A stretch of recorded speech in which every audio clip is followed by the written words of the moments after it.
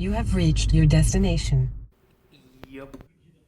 Okay, so I got a few things kind of done. I'm awaiting.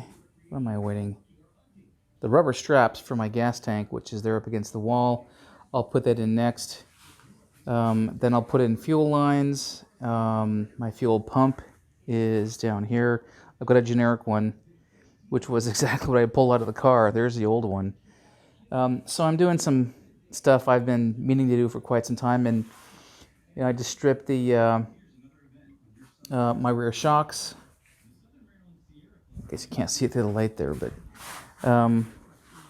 there's the other one, and my drive shaft. Get it better. My drive shaft. Yep. So I've got one more coat left to go on these things. Whoops. And then I'll more or less pack it in for the day. I've got housework, laundry. It's a Sunday. And I think once I've got fuel lines, fuel pump, these things, I'm gonna lend my faculties to my transmission mount. MGB transmission mount, MGB transmission to go with my MGB engine. There's the mount. I've already put it through the dishwasher.